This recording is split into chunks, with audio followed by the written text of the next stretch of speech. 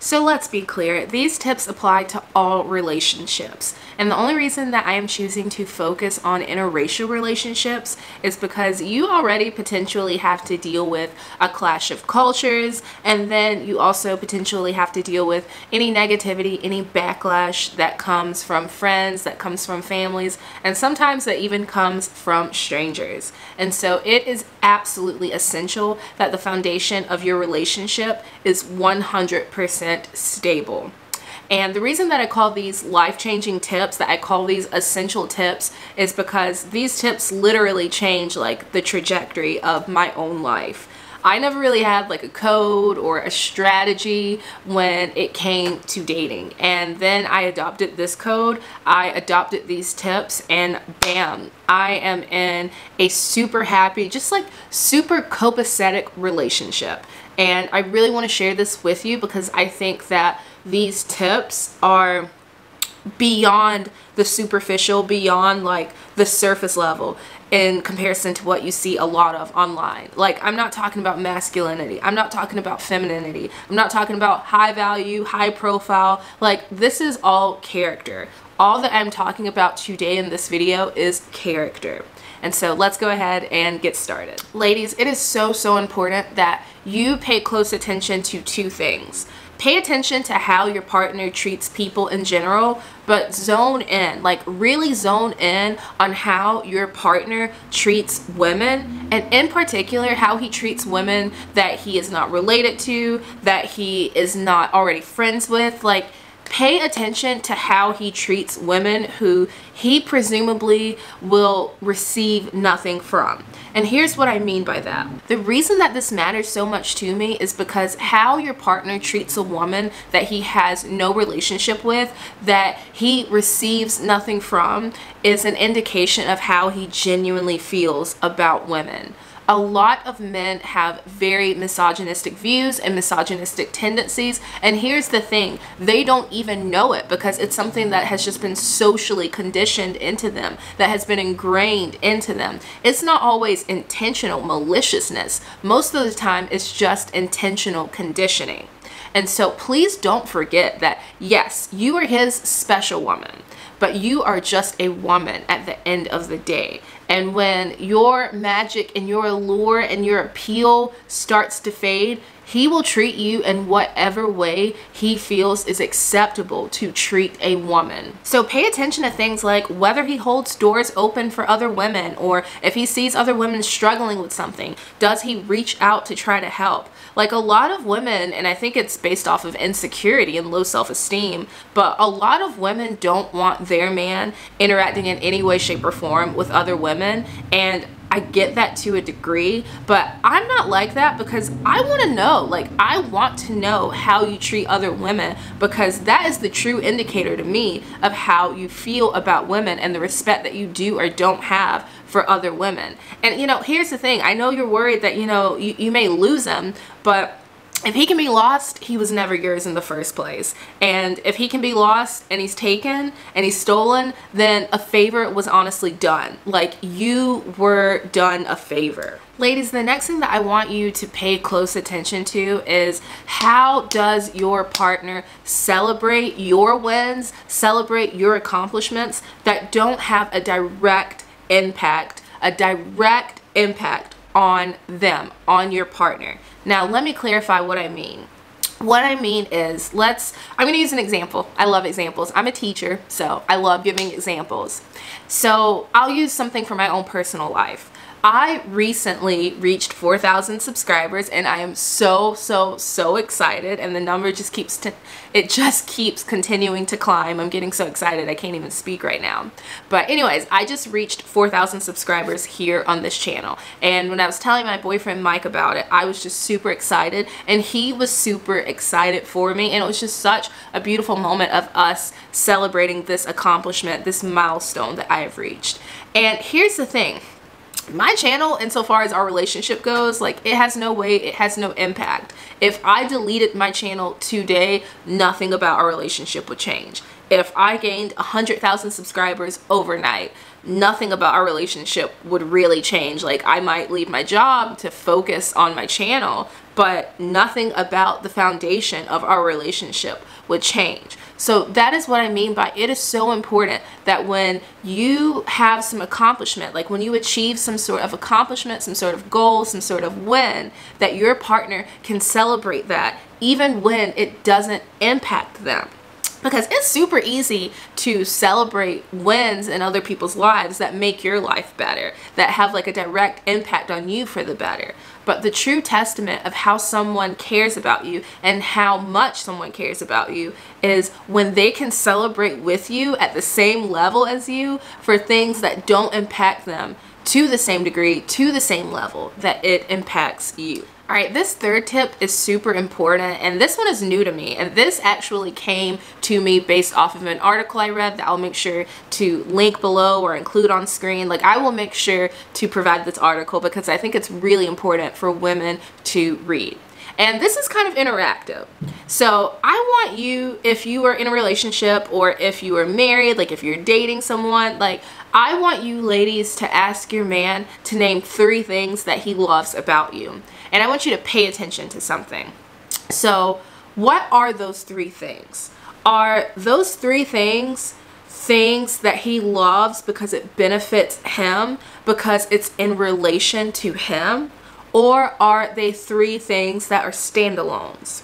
So let's use an example. Again, y'all know I love examples. So let's say that you have Jan and Bob. I know, very, very creative names, I know. But let's say Jan asks Bob to name 3 things that he loves about her.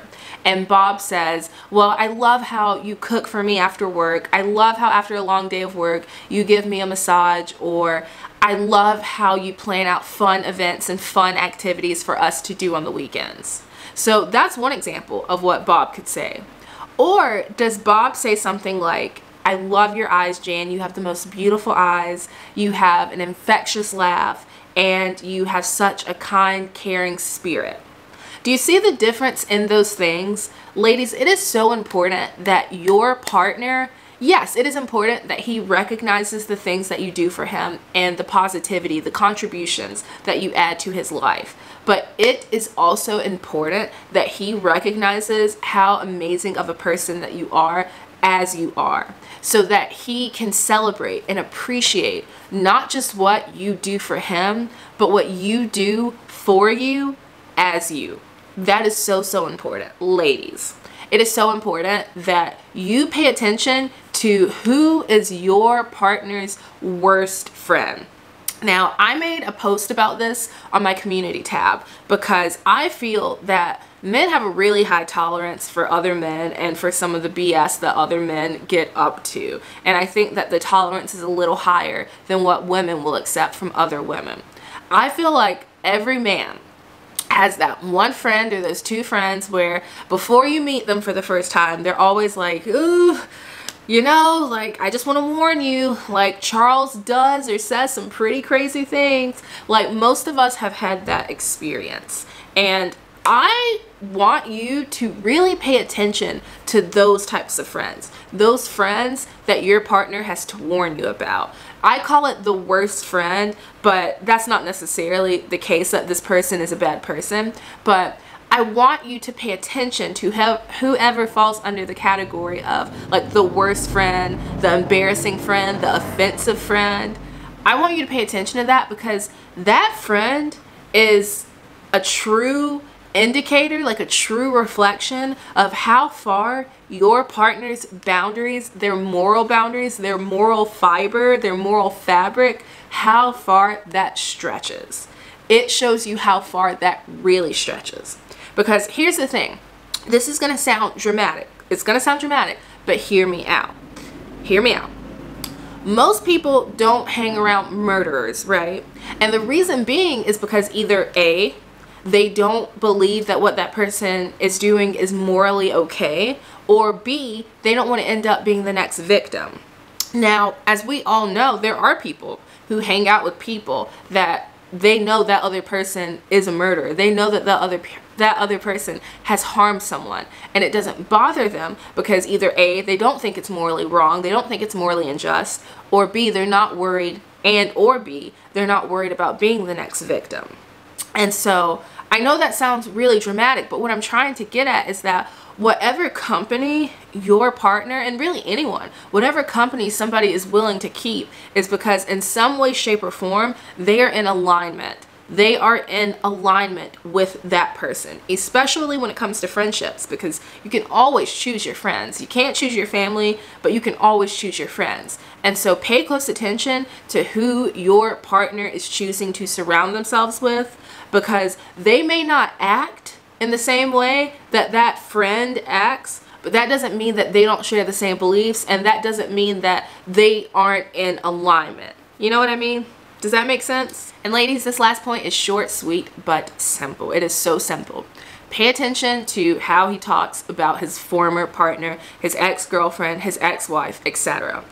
This is so important because I have found so often that it seems like every guy has the crazy ex-wife, the crazy ex-girlfriend. But it is important to know, especially when you don't know that woman personally, when you don't know whether or not she's really what he's saying, it's really important that you pay attention to that. Because why was she driven crazy? You know what I'm saying? Like, what drove her crazy? And if she was really just that crazy all along from the beginning, why did you stick around? So, of course, there are some people who, they reveal they're crazy. They reveal all their shortcomings later on when they feel that like the relationship is locked in and it's like a done deal. And we get got sometimes. That's just the reality of it. We get got. People trick us. People do things, like that happens. But pay attention. Just pay attention, because if you don't pay attention, you later on down the line can be that crazy ex-girlfriend, that crazy ex-wife who's getting her name dragged through the mud for no real fault of her own. So pay attention to that. Alright everyone, thank you so much for watching today's video. I'm sorry, I know it's probably long and wordy, but like, I think it's so important, especially when there's so much advice on the internet about relationships. I think it's just so important to talk about these character-driven, character-based traits and ways of maneuvering and prioritizing your relationships and your dates and so forth. And I'm so sick of all the superficial stuff. I'm sick of all the talks about femininity and masculinity and high profile and high value and provider and this and that, because like, I feel that all of that misses the point, which is character compatibility. Because let's be honest, you can always have more or less money. You can always have more or less money. That always can fluctuate. You can always be more or less physically attractive. That can always fluctuate.